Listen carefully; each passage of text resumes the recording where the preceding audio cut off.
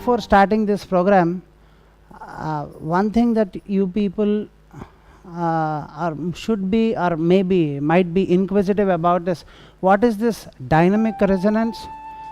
What is Siddha Sanmarga's viewpoint about linking Sri Vidya Sadhana with dynamic resonance? This phrase or this word called dynamic resonance seems to be a very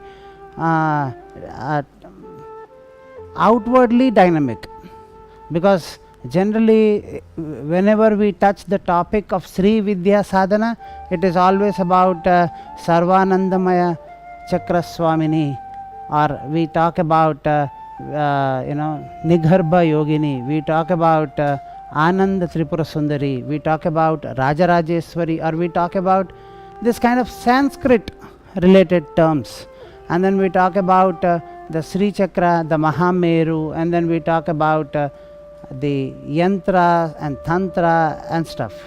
Sri Vidya is mostly related to these kind of Sanskrit terminology from the Sanatana Dharma, but then suddenly Siddha Sanmarga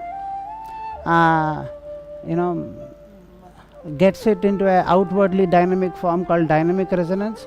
That appears a little weird. So first I would like to clarify a bit about Siddha Sanmarga's viewpoint on this dynamic resonance before we go ahead. And then what can we expect out of this program in these 3 days, because it is not generally as what you think of, or it's not about how you perceive Sri Vidya is all about it. So it has its own flavor and it has its own direction towards it. So first let me clear about that. This Siddha Sanmarga organization technically was not started by me. The Siddha Sanmarga, which actually meant Siddha and perfect, and Siddha has various meanings in the Sanskrit terminology, but then one of the many meanings is perfect, and one of the many meanings is being beautiful.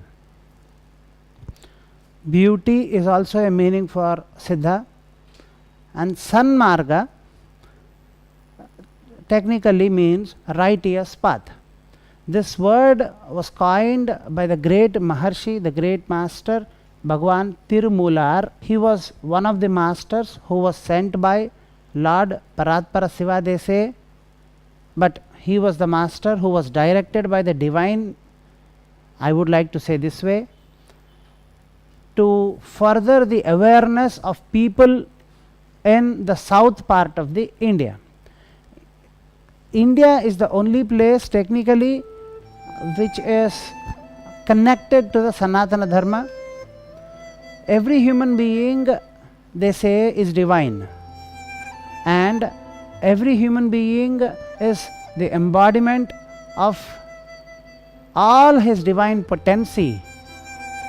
So every human being has so many nerve centers or energy vortices present in his body, and the 7 most important energy vortices present in his body. First being the Mooladhara, and then on the top they have this Sahastrara, where they say in the Mooladhara the Virgin Mother resides, and then on the top Sahastrara they say Paratpara Shiva, or the Holy God or the Holy Ghost, or whatever you say, that resides. Now Sanatana Dharma has never identified a country or a place as its own self, because a country or a place or its existence has its meaning only by its people.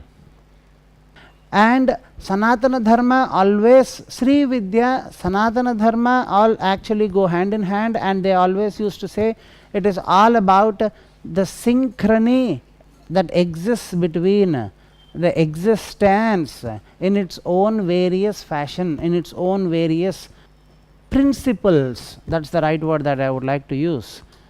And the synchronity that exists between the existence in its own forms as its own self that alone can happen, or that alone can be called as existential potential.